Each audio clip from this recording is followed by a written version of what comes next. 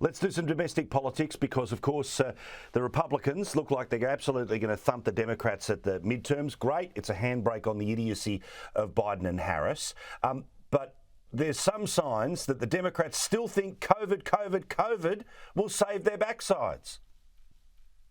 So here's the thing that's driving me nuts right now. Tomorrow night here in America, on Tuesday night here in America, we have the State of the Union. And what we saw just prior to his State of the Union and to the CDC here announcing that 70% of the country could finally take the masks off, as if we actually do run our lives based on what the CDC tells us. We did in the beginning. We don't anymore.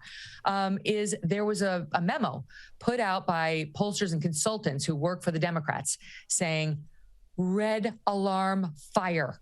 We're losing voters by millions because of our COVID insanity. The American people are done with COVID. They're over this COVID hawkishness. They can't stand the restrictions. They want to live with it. They don't want to try to restrict themselves out of getting it anymore. And we're the only ones who haven't gotten this. And if we don't get it by the November midterms, it's going to be a bloodbath. So here are the consultants setting themselves on fire saying, listen to us, take off the masks, get rid of the mandates, stop with the craziness on the vaccine mandates, or you're all going to lose. And then miraculously, Paul, miraculously, like a beacon, like a phoenix rising up, the Democrats say, you know what? COVID is over. Praise Jesus. I can walk. It's over. I don't know how we did it, but we did it. It's such a lie. Well, also it's that thing where it's like, follow the science. Yeah, follow the political science. It's been exactly the same here in Australia, which is as soon as public sentiment changes, bang, magically. And now this was supposedly, we get it, at a point in time when there's no vaccine and nobody knows what's going on, okay, maybe we stay inside for a while. But you can't pretend that it's still 2 and a bit years ago. But they don't deserve any credit for such a cynical move. Do you think that, that the hangover, the long COVID political effect will still follow the Democrats, or because the media 100%. largely will say that they walk on water because of saving us from COVID? No.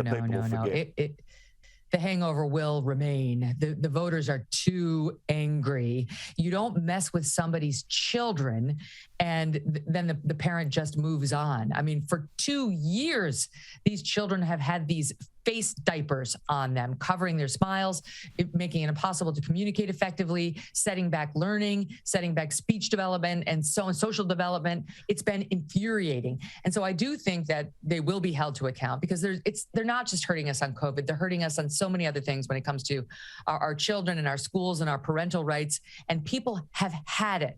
Not just that, Paul, but we see these viral videos. Like there was one a couple of weeks ago where they dragged the dad out of this classroom where he went to a PTA meeting or a parents meeting, and he didn't wear his mask, and it was as if the guy had committed some murderous felony, the way the security guard treated him.